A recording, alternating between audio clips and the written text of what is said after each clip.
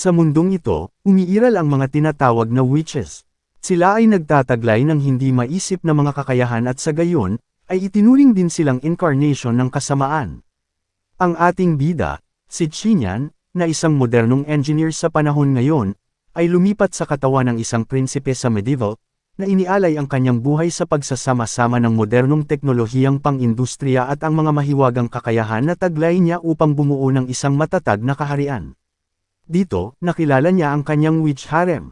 Nagsimula ang kwento sa pakiramdam ni Xinyan na may tumatawag sa kanya, tinapik siya sa balikat, at bumulong sa kanyang tenga, "Gumising ka na, kamahalan."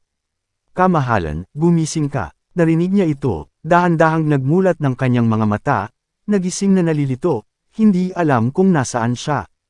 Nakaupo siya sa isang malamig na upuang metal, at sa sarili niyang mga mata, nakikita niya ang isang kakaibang tanawin na may maliliit na bahay na gawa sa kahoy at mga bato at may isang grupo ng mga tao na magkakasamang nakatayo, gumagawa ng isang ritual na hindi niya lubos na maunawaan. Kumonekta ang memorya niya sa katawan na ito. Gayunman, siya ay nasa katawan ni Roland Wimbledon, ang ika-4 na prinsipe mula sa kaharian ng Grey Castle, na ipinakilala upang lumaban para sa trono, na ipinag-utos ng ama ni Roland. Ang kautosang ito ay naglalayong magpasya kung sino ang magiging kahalili ng trono. Lahat ng 5 anak niya ay inatasan ng isang gawain, ipinapadala sila sa 5 magkakaibang teritoryo upang suriin ang kanilang mga kakayahan na mamahala sa loob ng 5 taon. Siya ang magpapasya kung sino ang magiging kapalit niya. Si Xinyan, simula ngayon, tatawagan na natin siyang bilang Roland. Napagtanto ni Roland na hindi ito isang real-time strategy sa video game, hindi ito isang patas na kompetisyon dahil ang panimulang kondisyon sa lahat ay hindi pantay. Pagkatapos, ang kwento ay maikling ipinakilala sa atin ang 4 na iba pang mga prinsipe at prinsesa. Ang unang prinsipe ay nagtataglay ng napakataas na lakas ng militar ngunit isang musclehead. Ang pangalawang prinsipe ay napakayaman ngunit mapanlin lang. Ang ikatlong prinsesa ay may lakas ng militar at may commanding attribute sa lahat, at ito'y napakabangis. At para sa pinaka-youngest princess, na napaka-highly intelligent, at maganda, pero tahimik. At last but not the least, ang ating main character, si Roland, ang ika-4 na prinsipe, ay ginugugol ang lahat ng kanyang oras sa pag-inom, pagpapakasawa sa kasiyahan, at puro lamang panliligaw. Siya ay itinalaga sa hangganang bayan na ito kung saan ang isang ibon ay ayaw man lang tumae, isang kaawa-awa at hindi maunlad na bayan na may kaunting populasyon, mahirap, at kung saan ang dumi ay basta-basta lang itinatapon sa paligid. Tinakpan ni Roland ang kanyang mata, nauunawaan kung gaano kakilakilabot ang lugar na kinaroroonan niya. Bago niya tapusin ang kanyang pag-iisip, isang matandang lalaki na may maraming uban na buhok ang humimok kay Roland na simulan ang pagpatay. Tumingin-tingin si Roland sa paligid at nakita ang mga taong nakatayo sa gitna ng plaza, lahat ay nakatingin sa isang lugar, ang bitayan, isang instrumento sa medieval na ginagamit sa pagpatay sa mga kriminal. Sa bitayan, isang lubid ng abaka ang nakatali sa ibabaw ng isang taong nakasuot ng maruming kamiseta at nakatali ang mga kamay sa likod niya. Sa kanyang bahagyang nakataas na dibdib, mahabang blonde na buhok, at sexy tingnan, hindi mahirap sabihin na ito ay isang babae, nanginginig sa kinatatayuan habang dinadaanan ng hangin ang kanyang buhok. Tinundina ni Roland ang gayong pag-uugali sa kanyang isip. Hindi siya makapaniwala sa kanyang nasaksihan. Hindi niya maintindihan kung bakit gagawin ng mga tao ang ganoong katangahan, palayain niyo ang witch na yan. Malakas at malinaw na isinigaw ni Roland, na nagpalito sa kanyang ministro, sa kanyang guard, at mga residente sa gulat. Sinubukan ni Roland na magrason dito sa pagsasabing pagod na siya, gusto niyang gawin ang execution sa ibang araw. Biglang pinigilan ng Chief Knight si Roland, na nagngangalang si Carter, na ang kanyang desisyon ay dapat ipagpatuloy ni Roland ang pagbitay dahil nakumpirma na ang pagkakakilanlan ng isang witch. Dapat siyang patayin, natatakot siya na baka dumating ang iba pang mga mangkukulam at iligtas siya. Si Roland, na nakatingin sa Knight, ay napapaisip sa kanya, ang isang mandirigma na ang braso ay mas malaki kaysa sa karaniwang tao ay natatakot sa mga batang babae na kalahati ng kanyang laki. Nakakatawa. Umalis si Roland, sinabi niya na mas mabuti yun na makaka-attract at makakahuli pa sila ng mga mangkukulam at mahuli na rin silang lahat ng magkasama. Bumalik si Roland sa kanyang sira-sirang kastilyo, isinara ang kanyang pinto sa loob. Sa wakas ay nagkaroon ng oras si Roland para isipin ang nangyayari. Namatay siya sa sobrang trabaho at lumipat bigla sa mundong ito. Di nagtagal, nalampasan ni Roland ang takot sa paglipat sa isang hindi pamilyar na mundong ito. Tinanggap ang kanyang pagkakakilanlan bilang Roland, at nagpa siya na magsaliksik para sa higit pang impormasyon tungkol sa mundong ito.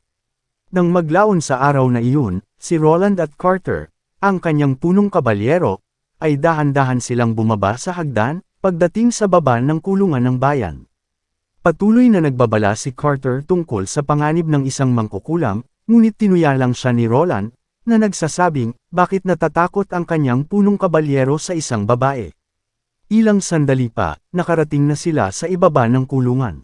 Ito ay isang maliit na selda na natatakpan ng makapal na metal bar. Sa selda, isang batang babae ang nakaupo sa sulok, nakasuot ng parehong marumi, at manipis na kamiseta, at nakatali sa likod ng kanyang mga kamay.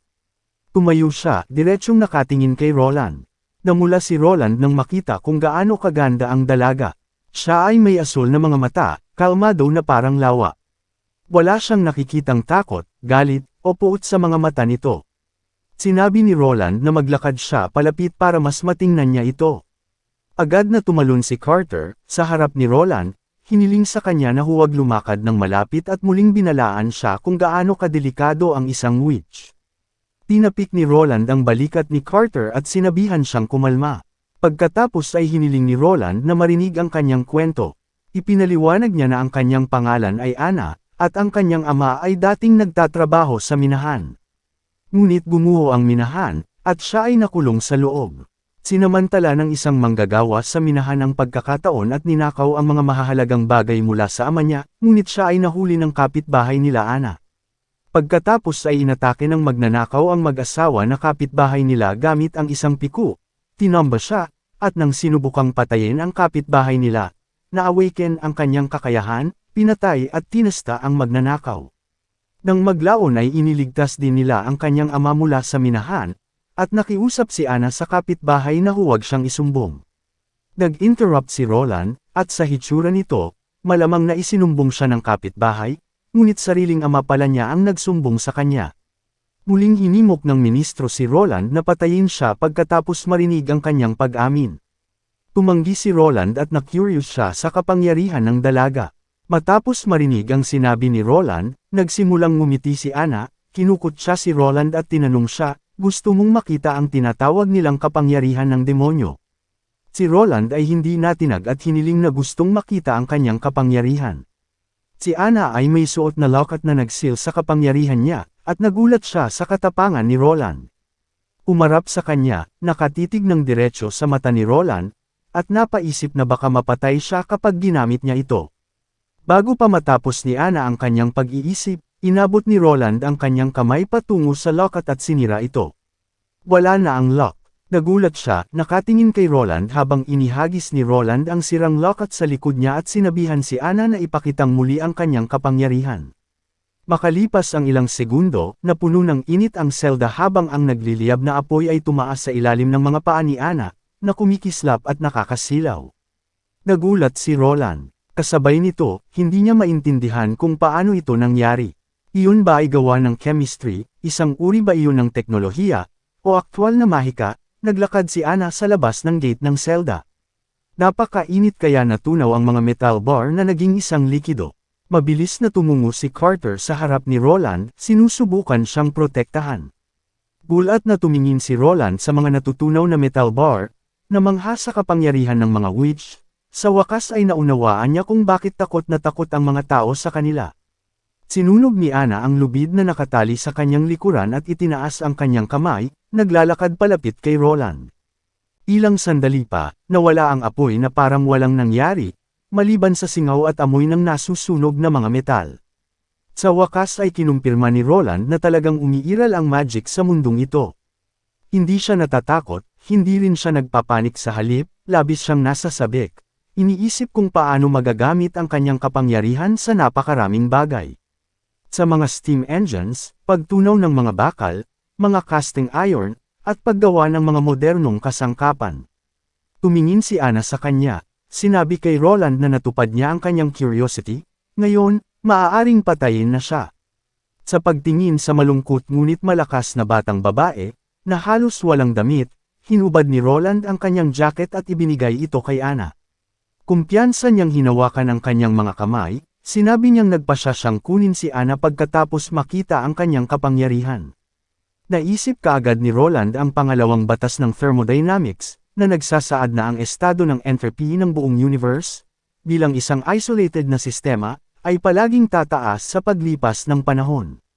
Ngunit sa mundong ito, sa pamamagitan ng kapangyarihan ng mahika, ang problemang ito ay madaling malutas, at ito'y nagpahanga sa kanya ng higit pa kaysa sa pag-imbento ng perpetual motion machine.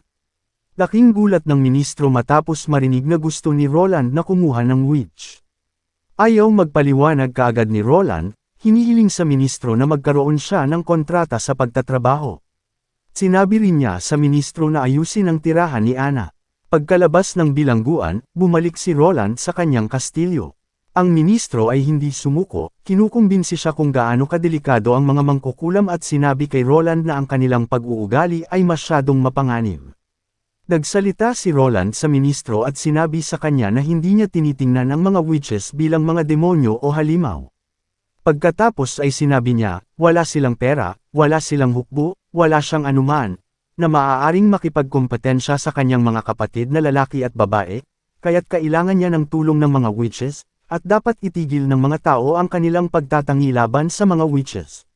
Namangha ang ministro sa pananalita ni Roland. Pagkatapos ay hiniling ni Roland sa ministro na dalhin si Ana upang makita siya. Samantala, si Ana naman ay pinaliliguan ng dalawang kasambahay.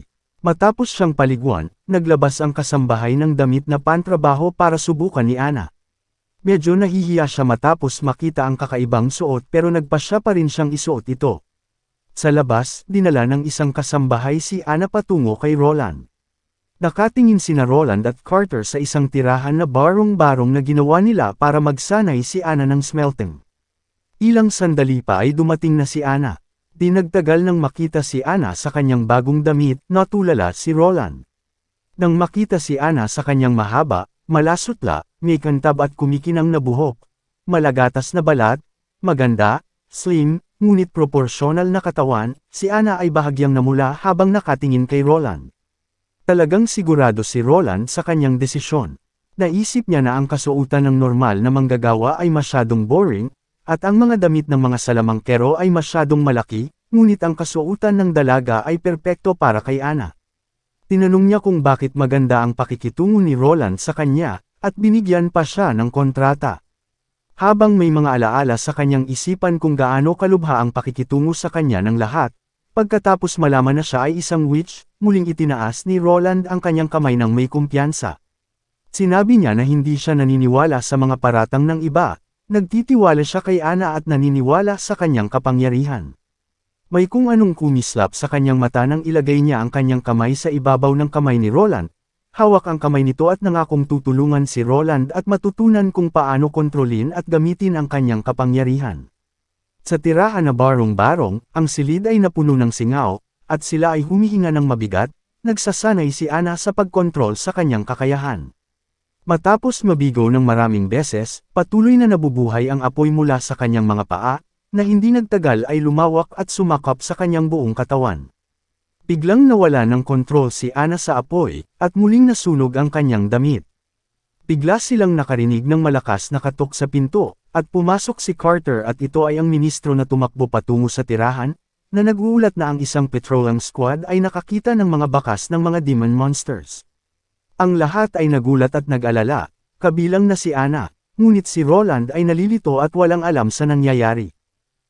At dito muna matatapos ang ating recap, huwag kalimutan ang mag-subscribe para laging updated sa mga bago nating video. Maraming salamat.